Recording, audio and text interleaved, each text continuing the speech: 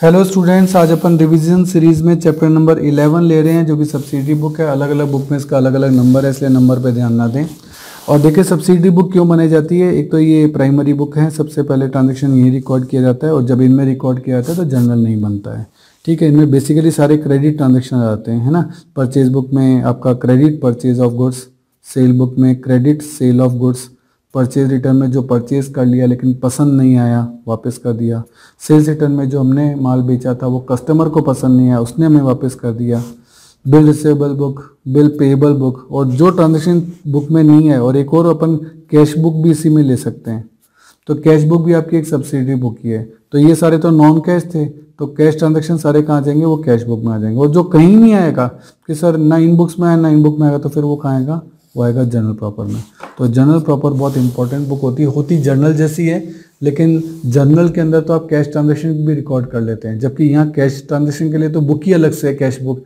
इसलिए यहाँ सारे रिमेनिंग ट्रांजेक्शन जो होंगे वो ही आएंगे। तो केवल जो किसी बुक में नहीं आते तो वो कहाँ आते हैं, जर्नल प्रॉपर में आते हैं। तो ये सभी बुक्स का मैंने पर्पस और उसके जो कॉलम है कौन कौन से होते हैं वो दे रखे हैं। तो इन कॉलम्स को आप जो है याद रखें। सबसे बढ़िया कि इनका एक एक फॉर्मेट है ना, कॉपी की एक एक पेज पे बना के रख दें। उससे आपको क्या है कि वो फॉर्मेट हमेशा ध्यान में आगे पीछे आपके पेजेस निकलेंगे आंखों के आगे से, तो धीरे धीरे वो आपको याद हो जाएंगे। बाकी सबसे इंपॉर्टेंट थ्योरी क्वेश्चन इसमें आएगा कि जर्नल प्रॉपर में कौन कौन से ट्रांजेक्शन रिकॉर्ड किए जाते हैं, वो मैं आपको बता देता हूँ। क्वेश्चन इस चैप्टर में से थ्योरी क्वेश्चन केवल और केवल यही बनेगा।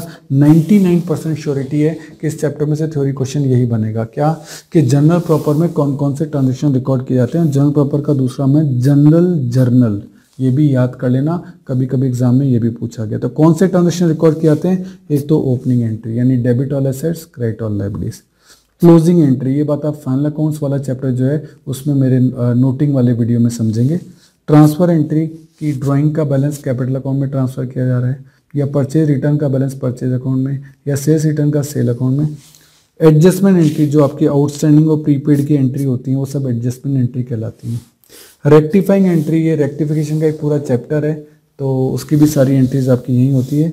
और मिसलिनियस एंट्रीज जैसे purchase of assets on credit, purchase है पर परचेज बुक में नहीं आ सकता क्योंकि गुड्स नहीं है, और कैश बुक में इसलिए नहीं आ सकता क्योंकि क्रेडिट है, तो फिर वो कहाँ आएगा, वो आएगा जनरल प्रॉपर में। तो ऐसे ट्रांजैक्शन जो कहीं और रिकॉर्ड नहीं होते वो जनरल प्रॉपर में होते हैं। वो कौन कौन से हैं आपको उनके नाम लिखने पड़ेंगे, और ज़्यादा नंबर का क्वेश्चन है तो उनको एक्सप्लेन भी करना पड़ सकता है, पर ये क्वेश्चन आएगा। अगर इस चैप्टर में से थ्योरी क्वेश्चन आया तो यही वाला क्वेश्चन आएगा, ये बात आप याद रखिएगा, ठीक है। तो इस चैप्टर में ज़्यादा थ्योरी कुछ है नहीं, केवल हो सकता है किसी बुक का कोई क्वेश्चन आपसे दे दे, और हो सकता है ये वाला थ्योरी क्वेश्चन आपसे बोले। तो ये वाला मैं 100% श्योर हूँ कि यही क्वेश्चन इस चैप्टर में से थ्योरी का आएगा। Okay, thank you.